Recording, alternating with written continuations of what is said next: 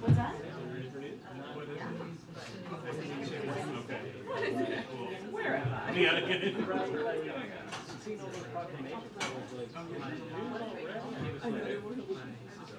Which are always your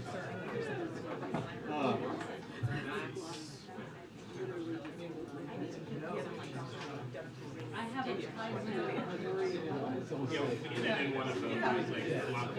yeah, there, yeah. I don't even have one.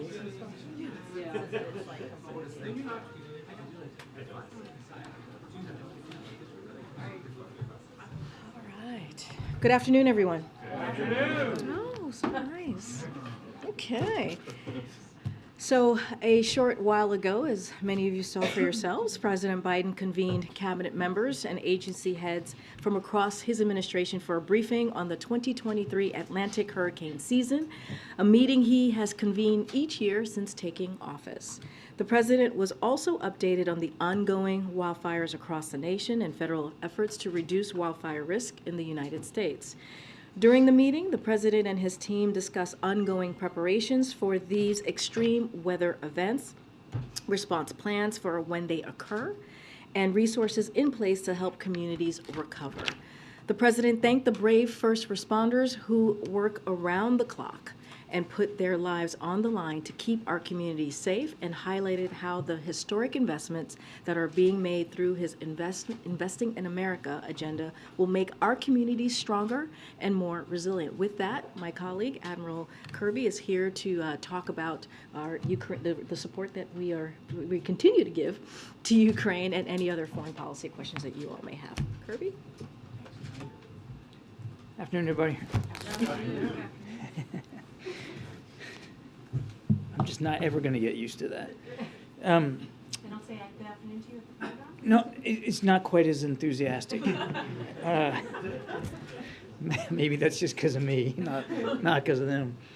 I think this week, as you all seen, Russia has continued to wage just a brutal, completely unprovoked war against Ukraine, launching yet more airstrikes and bombarding Ukrainian cities all across the country. In fact, in just this here month of May, Russia's launched 17 different air assaults against Kyiv, harming civilians, devastating civilian areas, hitting civilian infrastructure. Now, in response, the United States is going to continue to support Ukraine, help give them things that they need to better defend themselves. As part of all that effort, we've got an upcoming package here, which will be the 39th drawdown of equipment from the Department of Defense inventories using presidential drawdown authorities. We will use that package that we're announcing today to provide Ukraine with additional munitions for Patriot air defense systems, which Ukraine has been deploying quite effectively, as well as more Avenger air defense systems, Stinger anti-aircraft systems, and ammunition, of course, for the HIMARS, artillery, and anti-armor systems that the United States continues to provide to Ukraine. And I think, as you all saw on full display in Hiroshima, the G7, our allies and partners, stand firmly behind us in this effort, and we can continue that. We can continue to expect to see that support will continue going forward. That's it. All right. Okay, Thank you so much. Can you give us your reaction to the Chinese fighter jet that conducted what the Pentagon described as a, quote, unnecessarily aggressive maneuver over the South China Sea? What are the implications? What are the potential ramifications? And what could the fallout be for the U.S.-Chinese relationship? Well, it was unsafe and it was unprofessional. You heard the Pentagon speak to that, and you all saw the video for yourselves. You can see that they forced that RC-135 to go through the jet wash of the Chinese fighter, which just tells you how close it was, several hundred feet. That's dangerous. And one of the reasons we want to keep the lines of communication open, in fact, one of the reasons why we want to make sure we can get that military to military channel back open, is so that we have a way to talk to the Chinese about incidents like this one that could lead to miscalculation and misunderstanding and maybe getting somebody hurt. What is the status of trying to reopen those talks, particularly in the wake of the dust up of defense? Right now, unfortunately, the military-to-military vehicle is just not open to us. It's one of the reasons why Secretary Blinken is so eager to get back over to Beijing. We want to get back to that spirit of Bali. There are lines of communication open, and certainly we have used the diplomatic channel to convey our concerns over this particular intercept. But that's not the same as having mill-to-mill comms and having that available to you, especially when tensions are so high and the risk of miscalculations are also high. If I could just ask one on Ukraine. There were obviously the drone strikes in Moscow. Ukraine has denied that they're responsible for that. Yeah. What is the latest U.S. assessment, and could this be a sign that Ukraine's spring counteroffensive has begun? Well, we've seen the Ukrainian denial that they had anything to do. You're talking about the drone strike on the apartment building in Moscow. So we'd refer you to the Ukrainian government to speak to that. We don't have any specific information that tells us who is responsible. And it's not like we're going to go out and investigate this. It's not, that wouldn't be appropriate for us to do. And then your second question on the counteroffensive, again, we would let President Zelensky speak to this. Wherever, whenever the Ukrainian military is ready to step off here and get started, that's really going to be up to them to talk about and to explain. I would just tell you that over just the last few weeks alone, there has been a lot of fighting and a lot of back and forth here, and I think I need to leave it at that. Thank you, Karine. Hi, John. I just want to follow up on China. I think from our conversations with administration officials, including Jake Sullivan, there was a clear message that both the U.S. and the Chinese want to move forward beyond the spy balloon incident. My question is, what about the investigation? Where are we? When can we expect the result of the balloon investigation? Will it be made public? And then I have a follow-up on North Korea.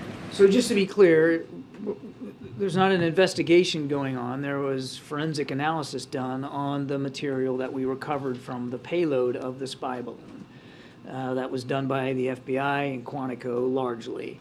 And I don't know the status. I don't know whether they're complete or they still have things they're sort of looking at. But I wouldn't expect, and I've said this before, that we're going to lay all that out for the public. This was a espionage piece of equipment. And we want to get a better handle on it, understand it for our own national security purposes. So I would not expect that we would, lay some sort of public summary of everything we've learned. This was a capability, a surveillance capability that we certainly knew and were tracking that the Chinese were trying to develop and to improve. We exploited it when it was in the air, and we exploited the material that we recovered. And on North Korea, in the context of the spy satellite that they just launched, can you give us an update on where we are in terms of the U.S.-South Korea nuclear consultative group that the President Biden and President Yoon agreed on under the Washington Declaration? Is that all set up? Is it operational? And did the spy satellite incident kick off any elements of that? The answer to your second question, as far as I know, no, that the spy balloon didn't have an effect on us. You're talking about the Washington Declaration and the consultative group with South Korea. I don't believe that the spy balloon had anything to do with that. I'll go back if I'm... Oh, I'm sorry. Oh, spy satellite that North Korea launched. Yes. So I think my answer still would be no. I mean, this was put in place before they decided to try this launch over the weekend. That said, the declaration and the consultative group was certainly established as a result of the continued provocations by the DPRK over so many months here, if not years. And it's a way to help improve our ability to be responsive to whatever threats there might be. Now, as for the status of the group, I'm going to take the question for you. I don't know exactly where they are in the process. I mean, it was announced when President Yoon was here, and the teams have been working on it. Where they are in the timeline, I just don't know. Really quickly, on the diplomatic side of it, I mean, we know that there's this whole extended deterrence push for both South Korea and then also Japan. And on the diplomatic side of it, you've mentioned and other officials have mentioned that the invitation is open for North Korea anytime. But has there been any kind of specific push on the diplomatic side to entice them to come back to the negotiation table? We have been clear and consistent since the beginning of this administration that we're willing to sit down with the DPRK without preconditions to talk about the denuclearization of the peninsula. we make that case all the time. I don't have like the last conversation to read out to you, but it's been a consistent message that we have delivered in various ways to the DPRK, and to date they've yet to take us up on that. So just following up on some of the president's remarks regarding Turkey, he said that there would be another call or another engagement with Erdogan in the next week. Do you have any finer detail on when exactly that call is going to happen? And is it fair to say that the main agenda item on that call is a deal where the U.S. will provide F-16s in exchange for Turkey agreeing to let Sweden into NATO? I don't have an update for you on when that conversation will occur. Certainly as we get closer to another conversation with President Erdogan, we'll keep you informed. And the president has been long supportive of providing F-16s to Turkey and to helping their Air Force modernization. That's something that that he's talked to many, many times. That has not changed, and that is not linked to whether or not Turkey accedes to Sweden's membership in the NATO alliance. We also want to see Sweden as a NATO ally, very capable military. We're used to operating with them. They'll lend terrific capabilities to the alliance. We want to see that happen, and the president expressed those concerns as well when he talked to President Erdogan over the weekend, congratulating him on his win. But to suggest that there's some sort of linkage there would be erroneous. We want to see them get F-16s. On Ukraine, can you clarify for us again the U.S. policy here? Because it says that as a general matter, Ukraine shouldn't strike inside Russia. What exactly does that mean, general matter? And does Ukraine, a country that's been under attack for more than a year, not have a legitimate right to attack its aggressor back on its own territory? We don't tell them where to strike. We don't tell them, where not to strike. We don't tell them how to conduct their operations. We give them equipment. We give them training. We give them advice and counsel.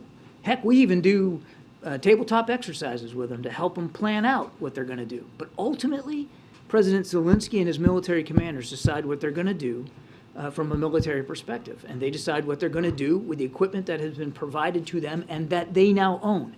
All that said, we have been very clear with the Ukrainians. Privately, we've certainly been clear publicly that we do not support attacks inside Russia. And we do not enable and we do not encourage attacks inside Russia. We certainly don't want to see attacks inside Russia that are being propagated, that are being conducted using U.S. supplied equipment. And the president said recently that he has a flat assurance from Zelensky not to use the F-16s that we're providing, in Russian territory. Are you confident that that assurance still stands? Yes, and we have gotten that assurances at various levels, not just from President Zelensky, but from other senior military and defense leaders in Ukraine. Thanks, John. Elon Musk and Jamie Dimon were among several U.S. business executives who've recently traveled to China. They've met with some high-level officials there. Is the administration going to reach out to them to glean what they said, given your difficulty in communicating with senior officials there? And also, is there any hope that this business-level engagement with Chinese government officials might help a thaw in the current state of U.S.-China relations? I don't know of any plans to reach out overtly, proactively to these business leaders, specifically about their trip. Certainly, if they choose to share some insights and perspectives, we'd obviously be willing to hear what they learned, but it would be really up to them to decide whether they want to do that. We're not. There's no plans that I'm aware of anyway to reach out, actively to pull that from them. We've long said that we know our two economies are interconnected and linked, and we have to figure out how best to manage that so that that interconnectedness doesn't put our own national security at risk. One of the outcomes of the G7 in Hiroshima was a discussion about outbound investments and whether and to what degree certainly the United States is going to take a look at how much is being privately invested in China that could have national security implications for the United States. So that's something that we're going to have to continue to work through. Whether or not this visit is going to help us along in managing that economic competition, I think that remains to be seen. Yes, thanks, Karine. John, are you in talks currently with the Iranians? Did you send any message through the Alanis? I'm sorry, can you Are repeat you the first in part? talks with the Iranians? With Iran? Did you send message through Oman? We have multiple ways of communicating with the Iranians. I'm not really sure I understand what you're About getting the at. nuclear deal. The JCPA is just not on the agenda right now.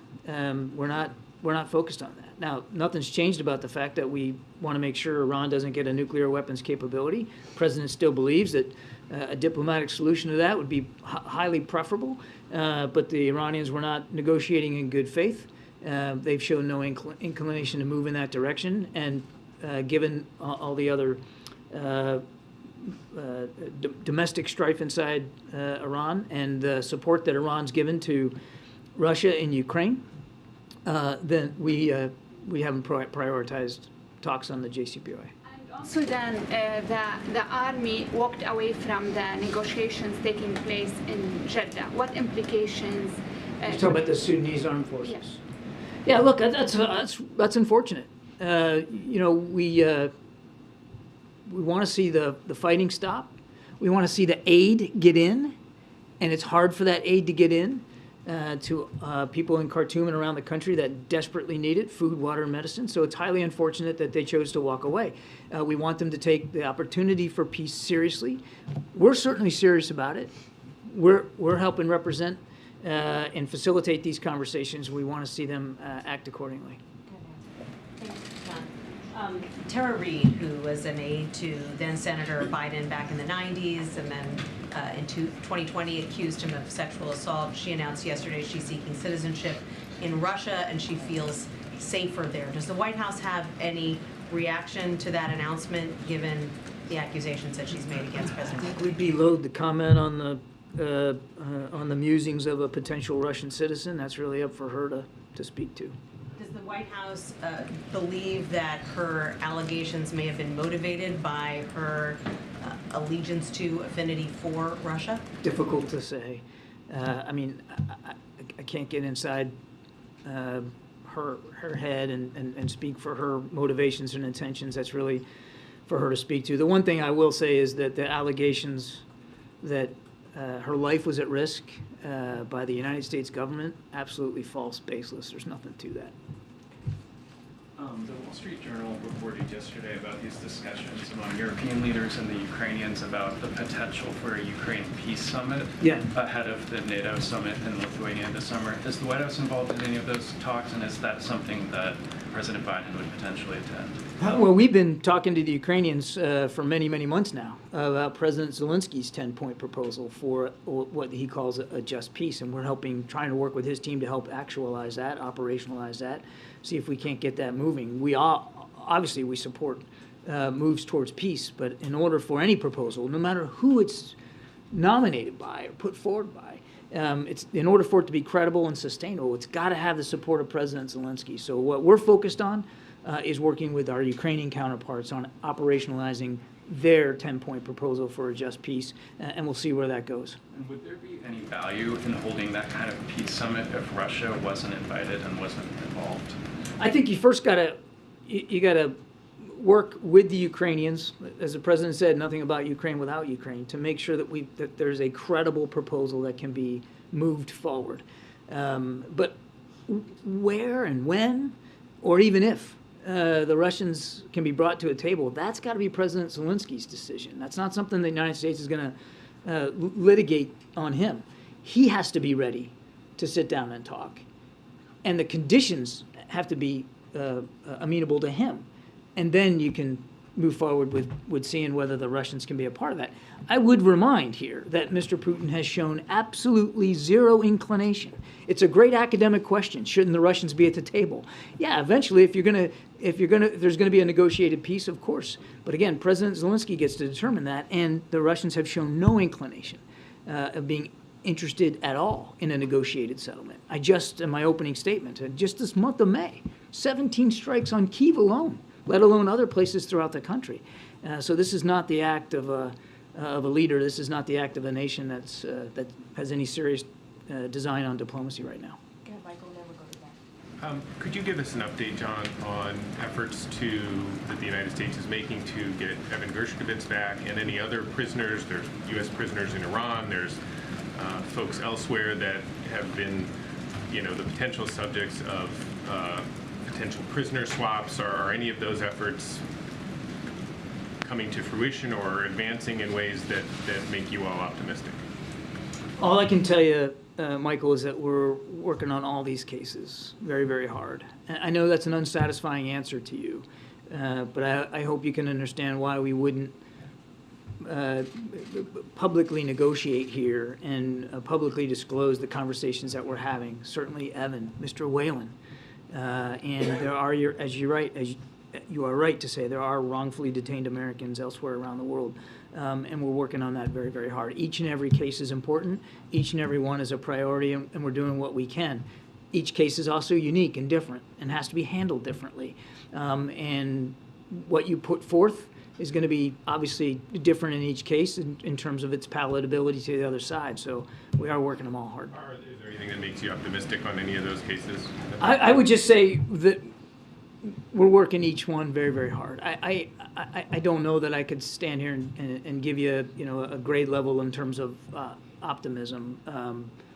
What I am confident about, what we are confident about, is that we're putting a good faith effort in on each and every case, because each and every one is important. Thanks, John. Quick question about Kosovo. As you know, there's been quite a few tensions there over the last few days. Yeah. The Prime Minister said today that the U.S. response has been an overreaction.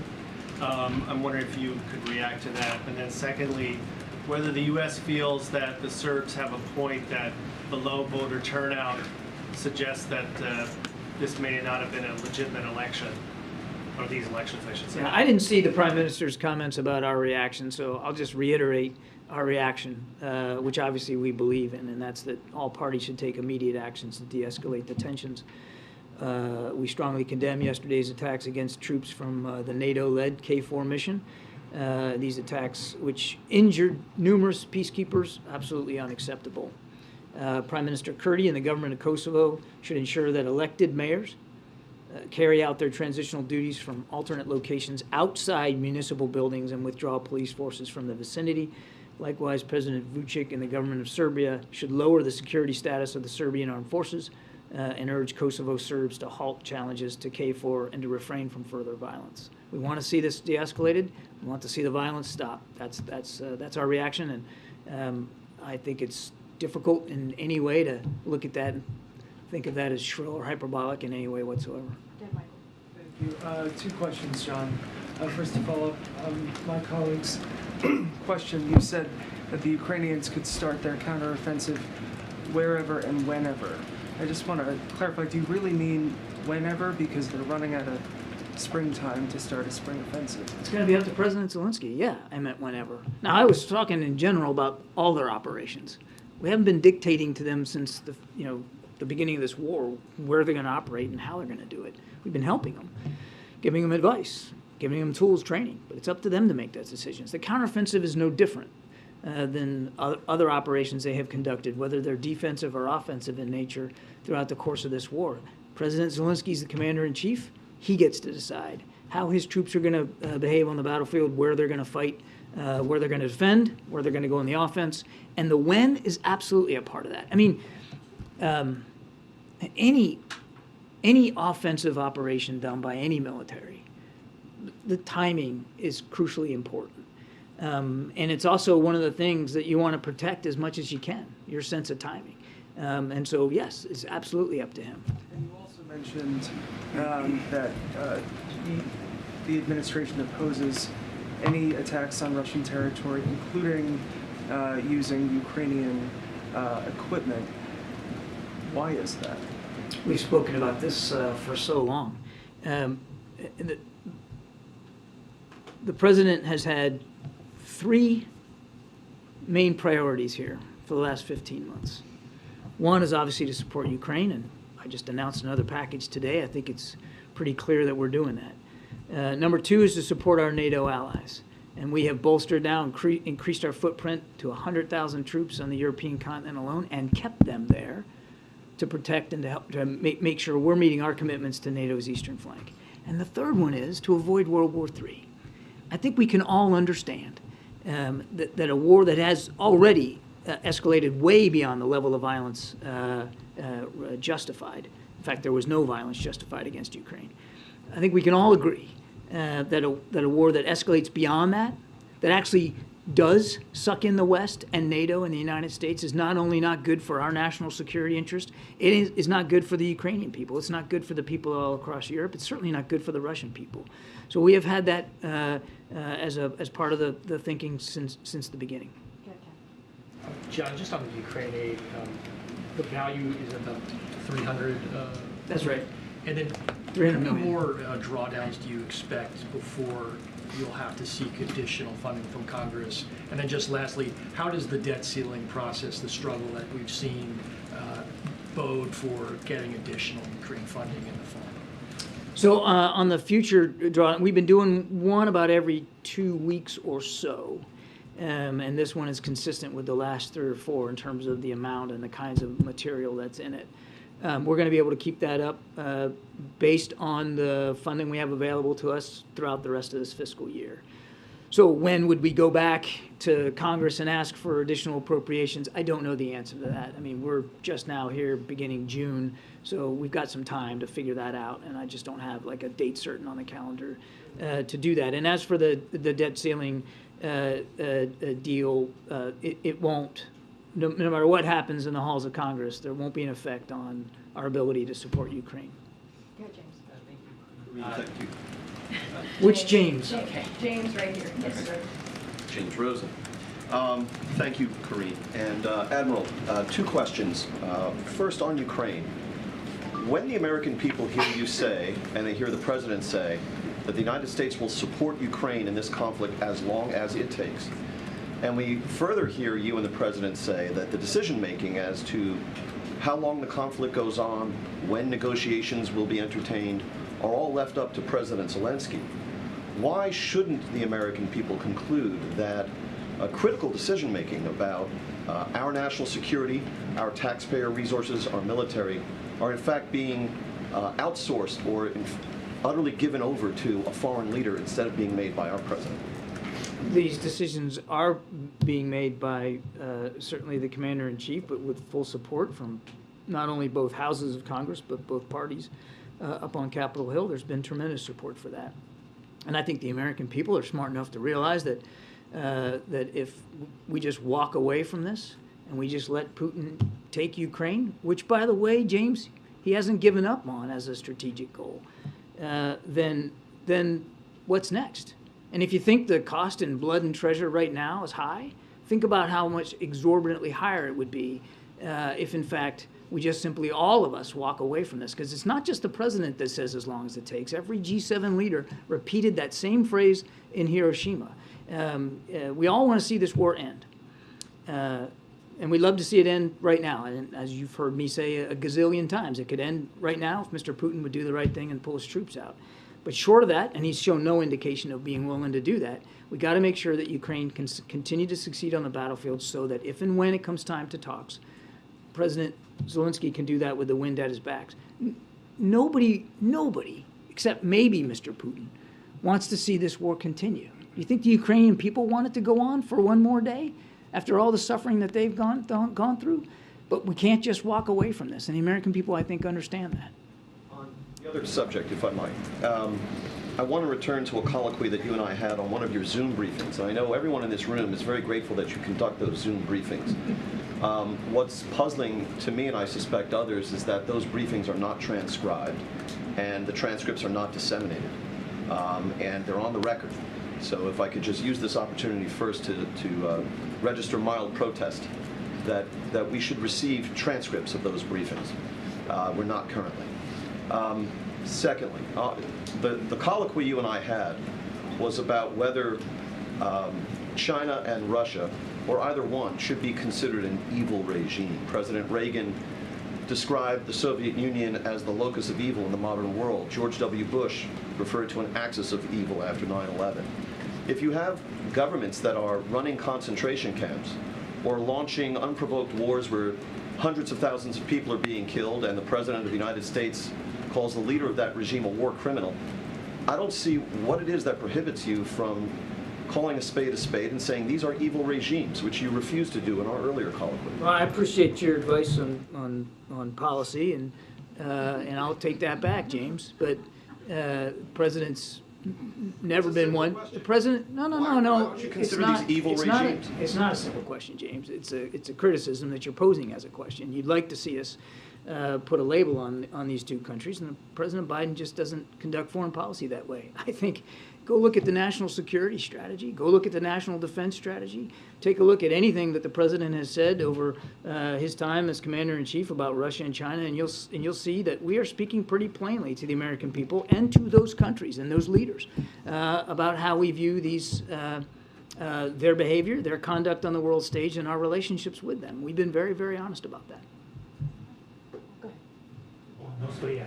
According to the NSC statement on space launch yesterday, the president and his team are assessing the situation, Japan and South Korea.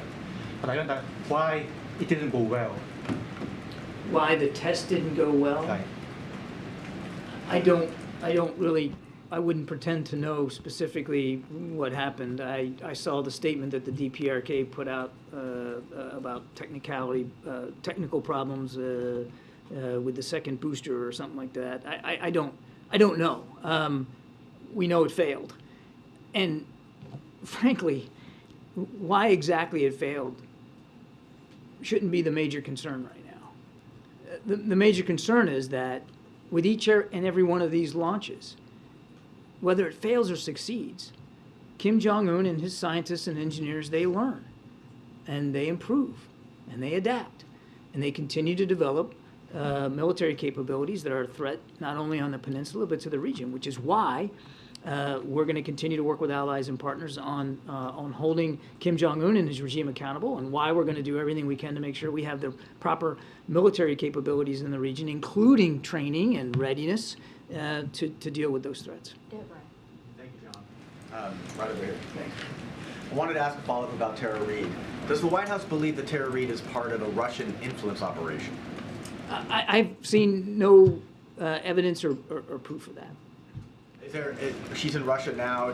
Is there any thought that maybe she's in Russia because, and she was interviewed by Maria Butina, who was jailed in the United States for being a Russian agent. Is there any concern or thought that she may have been influenced by the Russian government? Again, I would let this prospective Russian citizen speak for her intentions and motivations. I mean, look, it's a matter of record that Mr. Putin and the Russian government have tried to interfere, and actually did interfere in our elections going back as far as 2016. I mean, that's a matter of record. It should come as no surprise to anybody that Mr. Putin would show an interest in making it hard for President Biden to win election and to try to interfere in his ability to govern as President of the United States. But whether this particular move by this particular individual is some sort of Russian information op or propaganda campaign, I just don't know. Have you seen any information that would link her to Russian information operations? I have not. I have not. Go ahead, Josh, and then we'll keep going. I wanted to circle back on Russia, John, and what you would say to Moscow's criticism that the West is effectively offering a wink and a nod to Ukraine when it comes to the drone strikes like the ones we saw in Moscow.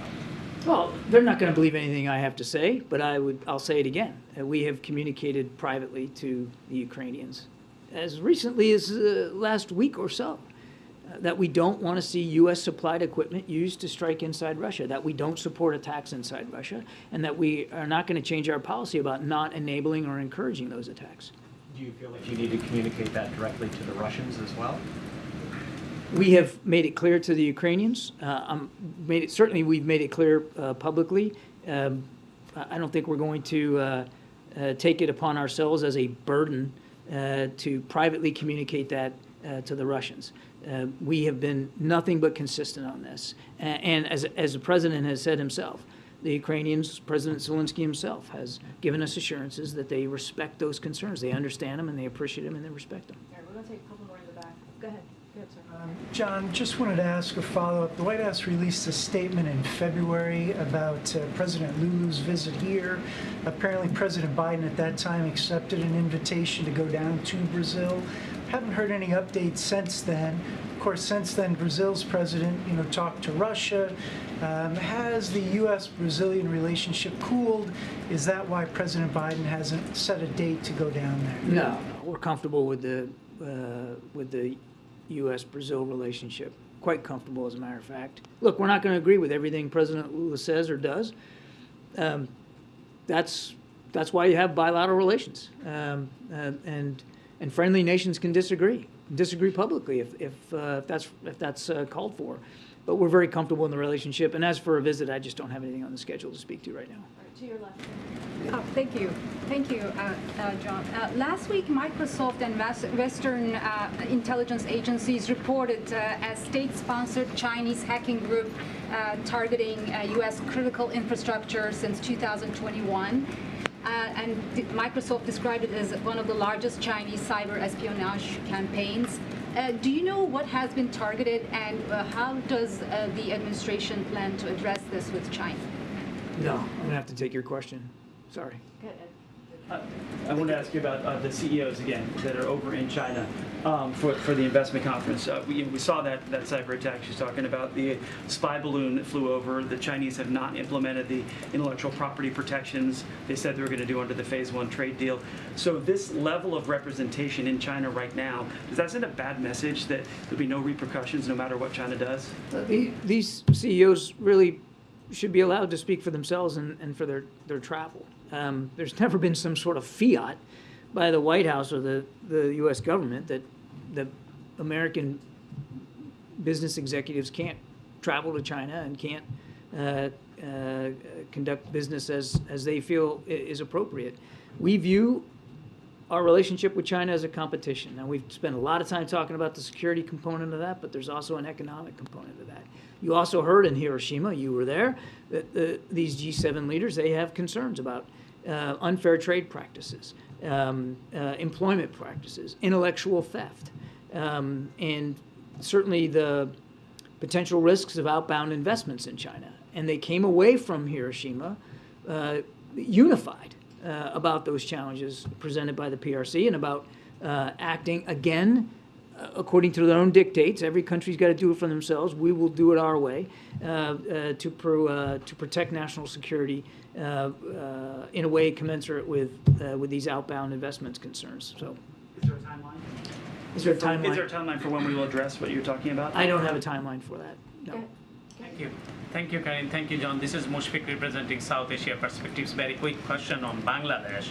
Bangladesh government filed cases against Nobel laureate economist Professor Muhammad Yunus, who is also recipient of the Presidential Medal of Freedom. And United States announced visa restrictions just ahead of election to support free, fair, and credible election. But Bangladesh regime is filing cases, Nobel laureate, not only Professor Muhammad Yunus, all other political leaders, one after another. So what is your comment? And they are describing that piece of the restrictions announced that this is their favor, and the government, US is supporting the election which will be held under running Prime Minister Sheikh Hasina. Where is the opposition and the civil society groups demanding an election under a neutral caretaker government? So what is your comment over all this? You're going to have to let me refer you to the State Department on that one, buddy. All right, Rob. On the Chagos Islands, what representations has the administration made to the British government about talks it's holding with Mauritius over handing over the Chagos Islands? I have to refer you to the State Department on that one, too. I was not ready for Mauritius today.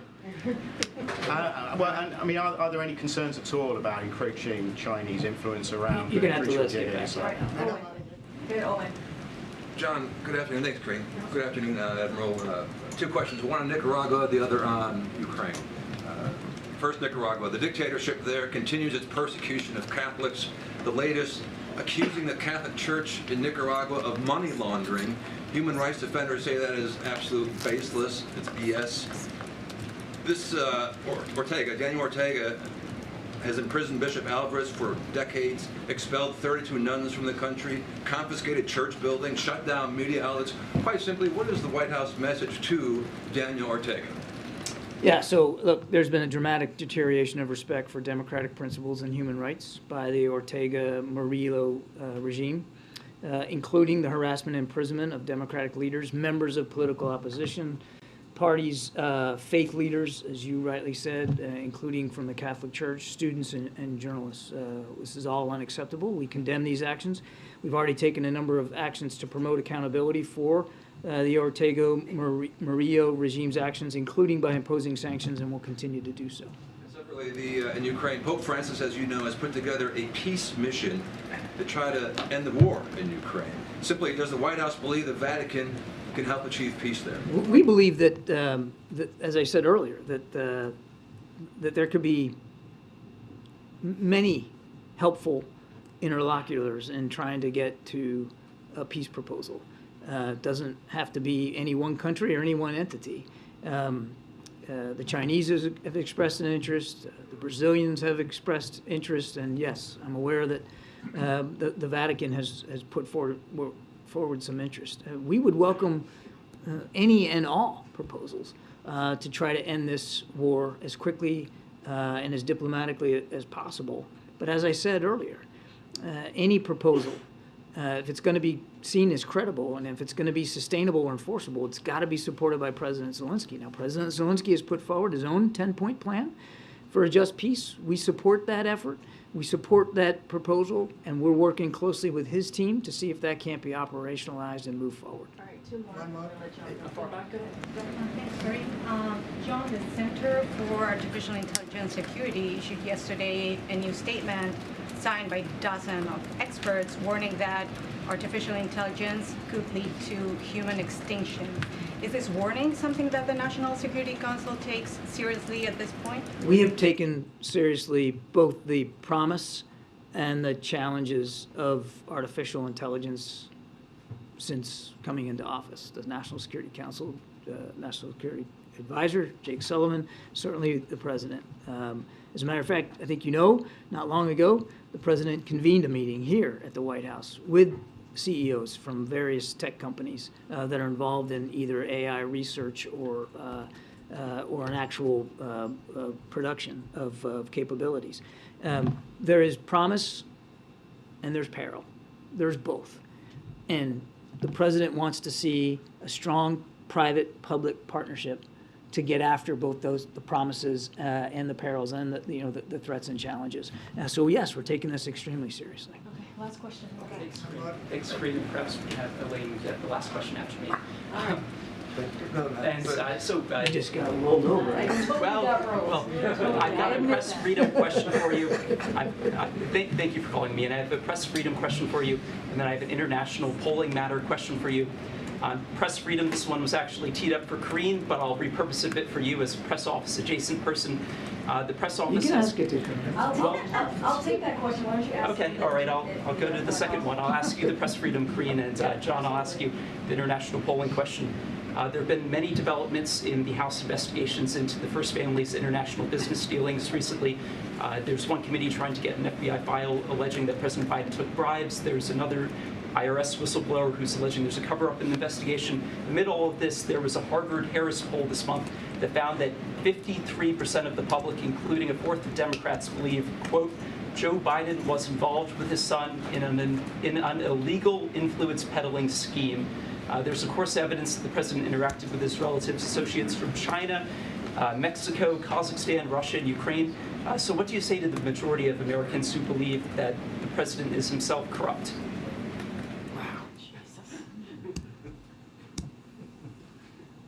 Can I take that question? The president has spoken to this.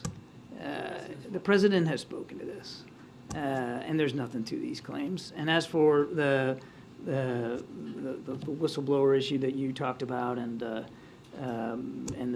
document, I believe the FBI has spoken to that, and you're going to have to go to them on that. All right, let's go. Let's go. Thank you. All right, thank you so much, Admiral. Appreciate your time. spent about 40 minutes out here, so we try to get to as many people as possible. All right, Josh, kick us off. And I get to see you like twice in like 6 days. It's amazing. Yeah. So let's get back to everyone's favorite subject. What is that? Oh. We can't do enough stories about it. House Speaker McCarthy. He appears to have proposed forming a commission to find ways to address the federal debt. Did this come up in the budget talks, and does the White House support the idea? So here's, as you know, Director Young was here. She was part of the negotiation process. So not going to go beyond what she shared here to all of you just yesterday. Certainly not going to go in depth into what was discussed. What I can say and will share is that, and you guys have heard us say this many times, we are proud of this agreement, this bipartisan, common sense agreement that we believe that should get passed out of the House and the Senate and to the President's desk. You all saw the CBO score just yesterday, where it talked about how it's going to reduce the deficit by an additional $1.2 trillion, which is incredibly important as we talk about the deficit. This is something that the President takes very seriously, $1.7 trillion that he was able to reduce the deficit in his first 2 years. So again, takes this very seriously. He thinks it's incredibly important to deal with that issue in a real way, which is why he has put policies forward, economic policies forward, that deals with the deficit in that way. I'm not going to speak to what it is the Speaker is trying to do, the commission, or whatever he is trying to put together. That is a question for him and how he, the path that he chooses to take. What I can speak to is what the President has done and what we hope to see in the next day or so. All right. Go ahead, Peter. Thank you. What is President Biden's top domestic priority?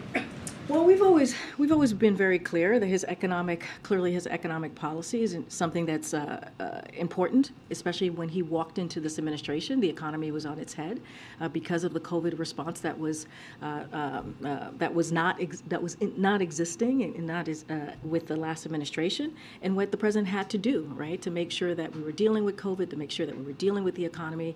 And so he put forth, along with Democrats and also in a bipartisan way, some historic pieces of legislation that turned the economy around. When you think about 12.7 million jobs created, when you think about unemployment at the lowest that we've seen in 54 years, that has been a top priority for the president, and it continues to be.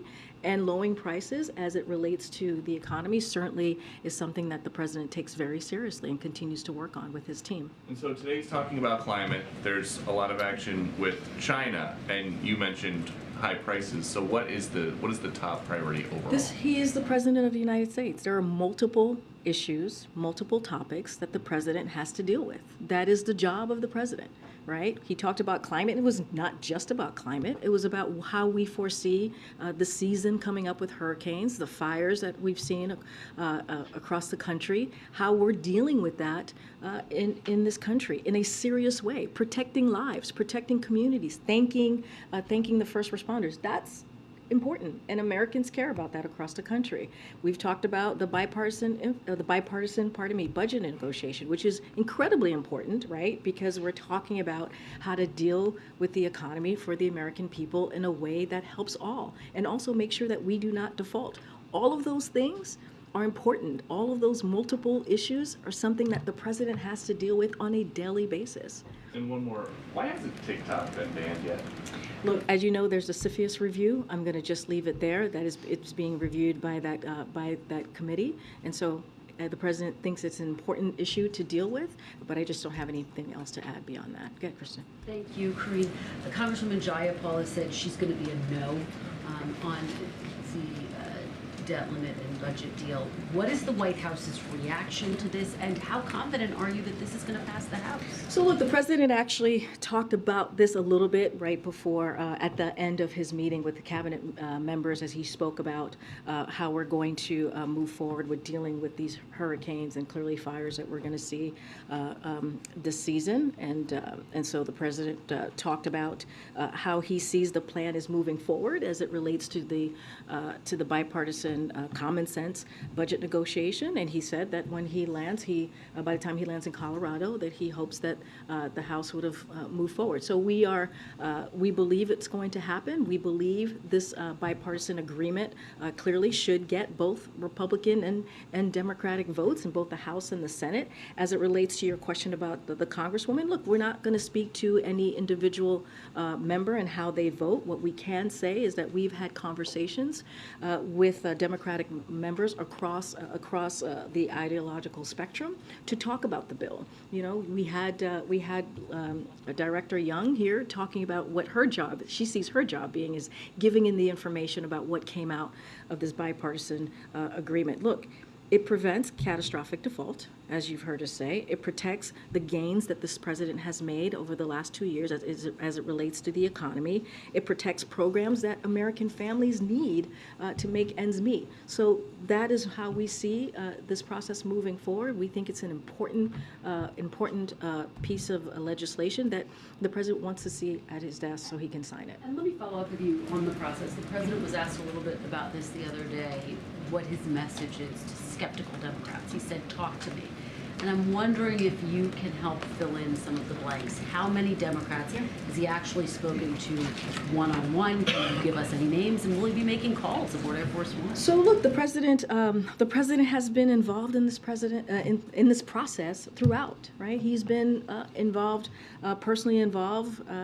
We don't read out calls, private conversations. We're very careful about that.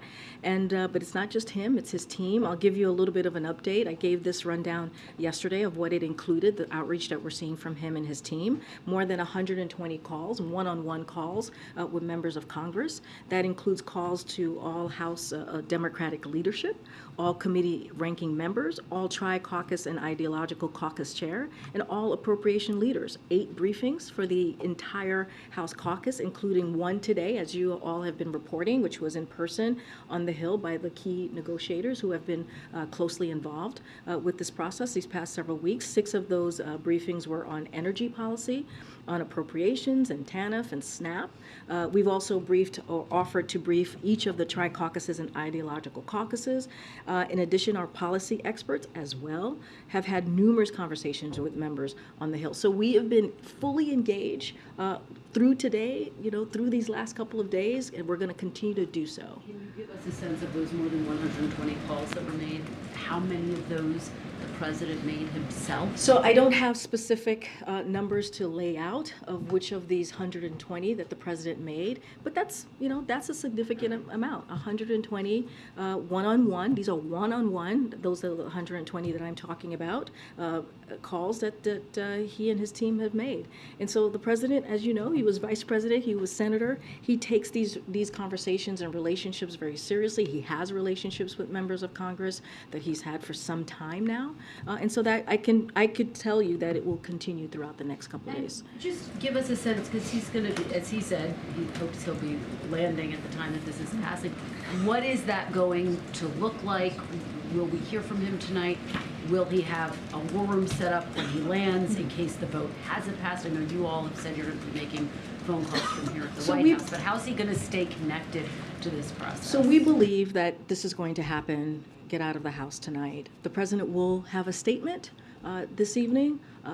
In what form it would look like, certainly we will. Certainly you all will know, but there will be. You will hear from the president, whether it's a written statement or from him directly. Certainly we will let you know, but he will have something to say about the passage of this out of the House.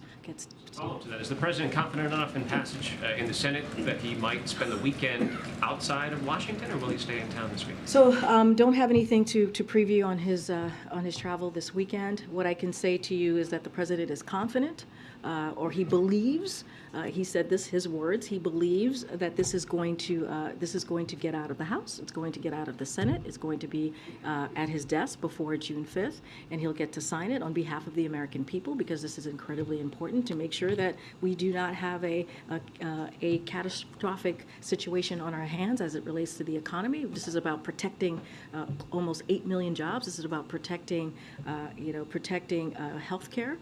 This is about protecting programs that the American people truly need and depend on. And so he believes that we're going to get this done. Is someone okay? Someone is coughing out there. Is it you? Are you okay? I don't know who it is. I don't know if they want water. Okay. All right, just checking in. Check in. Go ahead, April. Karine, I had a chance to do a compare and contrast to yesterday to today on the debt limit and SNAP. I talked to former New York Congressman Ed Towns, who was once the head of the Congressional Black Caucus, who was in the House when this happened with work requirements for welfare recipients during the Clinton years. He said it didn't work then and it won't work now. He said it's going to create pain and suffering, and he said this should have been done during the budget process versus now. What do you say to this congressman who was there, who actually was a congressman who Hakeem Jeffries filled his seat? What do you say to that congressman and others who feel that this is pain and suffering that you're eliciting on those who are the least of these in this nation? So that is not how we see this process.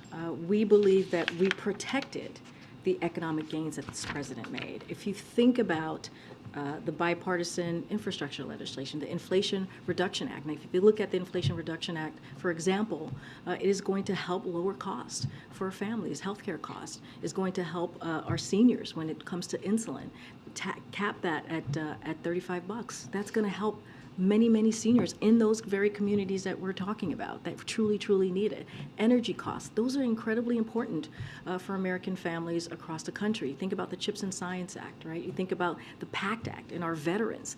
This is what the president was able to do, is to protect those types of historic pieces of legislation that is going to make a difference in American lives.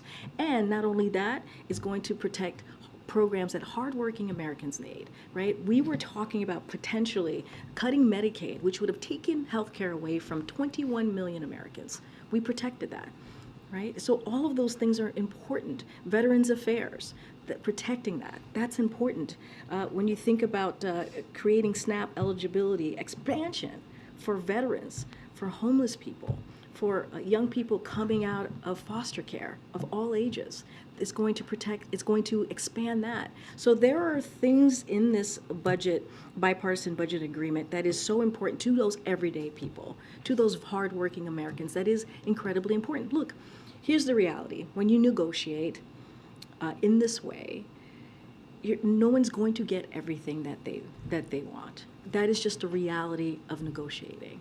What the president tried to do is protect the gains that he made, historic gains that he made these last 2 years, and really key core democratic values that we believe is important to American families. And that is the promise that this president made, and that's what we're hoping will move forward as we look at the House and we look at the Senate, and the president wants to get this done before June 5th. Follow up on this, though. Did the White House do a compare and contrast to yesterday, understanding Republicans had asked and received work requirements during the Clinton years? Did the administration look into that to see the successes, lessons learned, etc.? And also to the congressman who was also the former head of oversight, the first black head of oversight and government reform, he questions, once again, what efforts, how exhaustive were the efforts to not have this in this moment instead of dealing with it in the budget, putting it in the budget discussion moment? Why now? So look, the reason where we're in this situation now, if we remember correctly, right, if we remember that March 9th, the president put forth his budget. He was very clear about how he saw the values showing the values to the American people, how we move forward with our economy. And about 6-7 weeks later, it took Republicans 6 or 7 weeks to pass their budget on April 26th. So this is a conversation that we were ready to have weeks ago. But it took some time for Republicans to put forth what their budget looks like, or what they perceive their values are, and showing that to the American people. Look, I want to go back to the workers' requirement question that you asked. I mentioned the 21 million Americans who we protected, the president was able to protect from losing their health care. There's food assistance that was at risk for nearly 1 million Americans, and it put critical support at risk for 1 million vulnerable children. That's what that's what the House Republican bill, that's what it threatened. And so these are the things that the president was able to protect. Look, again, it is important, we believe, for Americans to not lose their health care. And that's what the president was able to do. Look, the president's insistence that the GOP proposal for SNAP is temporary. And the bill includes a major expansion, again, for veterans, for homeless, for people who are homeless, for former foster youth. All of those things truly matter. And the combined impact of these provisions is that the number of people subject to SNAP work requirements will likely stay roughly the same. And so that's another thing that's important to note. When you look at the TANF policies in the bill, maintain states' ability to support vulnerable children. So that's what we were able to do. That's what the president was able to protect. And those things are incredibly important as we talk about, as we look at working families, hardworking families across the country. Is the president planning a signing ceremony for this if it passes, and will he invite the speaker to the White House? So I don't have any ceremonies or anything to lay out at this time. What the president wants to see, he wants to see this passed out of the House. He wants to see this passed out of the Senate so he can sign it as soon as possible. Don't have anything to lay out for you at this time. Thanks. Oh, okay, let me take one. Go ahead. Go ahead. Oh, yeah, I'll take that. Go ahead. I was just going to, so last month the president signed an executive order to address current and historical environmental injustices. Could you describe how your support for the Mountain Valley Pipeline, which runs through 303 miles of rural, low-income, and indigenous land in Appalachia, and is opposed by a number of environmental and community groups, fits with the president's environmental justice So agenda? a couple things on that, and I'm glad you asked the question because the permitting reforms in this agreement fully preserve the bedrock protections of the Clean Water Act, of the Clean Air Act, and the National Environmental Policy Act. And it also delivers a key bipartisan priority by accelerating environmental reviews, all while protecting the full scope of those reviews. So that's really important to note. And I have some quotes here from organizations who have said the agreement includes an important down payment. This is a quote from the American Clean Power Association: payment on much-needed reforms to improve the efficiency of the permitting process for clean energy projects. This is from Duke Energy. This legislation helps us meet our customers' demands for reliable, affordable, and increasingly clean energy by modernizing the permitting process. The Natural Resources Defense Council said, and I quote, President Biden stood up to extremist attacks on clean energy and climate investment. So we also have seen a long list of support for this agreement, and we think that's important. And it is going to protect, again, the Clean Air Act, the Clean Water Act, all critically important into what the president is trying to do moving forward. And did Kevin McCarthy put that pipeline in the deal, or did the White House? I believe, I think Director Young was asked this question. I just don't have anything more to add to speak to specifically on what was agreed or discussed. I want to be very careful with that, but what we can say again, and I've been very clear on this, that we think it's important that this bipartisan common sense piece of legislation moves forward. We think it's important for the American people. We think it's important to get this done as soon as possible, avoiding any catastrophic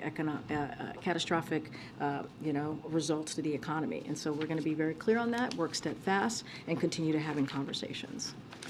I think I was going to call on Ed, and then I'll take your question.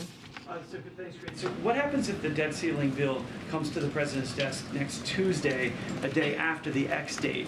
Would the U.S. then technically be in default? So look, what we're going to focus on is getting this done. That's what we're going to focus on. We're going to focus on the House's. We believe the House is going to pass this and take this out of the House. It's going to go to the Senate. It's going to go out of the Senate. And so we believe that this is going to get done, and that's what we're going to focus on, and that's going to be our main priority. Have there been any conversations between the president and Senate Majority Leader Schumer to try and speed it up in the Senate? We're going to leave that process, the mechanics of how this is going to move through the Senate, up to Leader Schumer. Obviously, we are in a short time frame here, and it's important to get this done as quickly as possible. As you just mentioned, the June 5th X date that the Treasury clearly spoke to recently. Stephen? The White House press office, your office, continues to pre-screen reporters allowed into large indoor events that formerly, under past presidents, were open to all journalists. Last June, almost a year ago, 73 journalists, including reporters from nearly 2/3 of the seats in this room, signed a letter calling the process antithetical to the concept of a free press, and the Correspondents Association also has lobbied for it to be done away with. Last July, you said that ending the restrictions was a priority, yet they remain. So I was wondering if you could commit to once and for all doing away with this mysterious pre-screening process. No, I appreciate the question, Stephen. Look, every event, as you've heard from my team, I think you've asked my team this question, and they've responded to you multiple times about how this process works. Every event is different, but no matter what the venue set up, we always credential as many reporters in the room as possible. That's what we try to do here. I know you've been in many of those events. I know you've had an opportunity to ask the president a question multiple times, and so you can speak to that for yourself as well as the opportunities that you've had to be in these events. So we've also been able to substantially increase, as you've seen us do these last 2 years, the number of credentialed press and events on campus as COVID has eased. And so that is something that we have been consistent about. That is something that we have done. And so, look, we want to continue to make sure that you guys have access to him, to the president. We think that's incredibly important. And you've seen us take actions. You have. You've seen us take action over the past several months, and you've been yourself have had the opportunity to be in those rooms. I'm going to. Are you still committed to rolling back this restriction and ending the pre-screening process? But here's the thing: there is no restriction. Every event is different. Every event plays to the room that we're in. We have expanded credentials over the past several months. You are aware of this. You have experienced this. We have talked to you outside of this briefing room multiple times about this. And this is something that clearly, as COVID has waned, we've taken this very seriously and has taken in the comments and the requests that's come from this room. And also, I just want to answer James's question about the NSC. Hold on. There's another question too. NSC.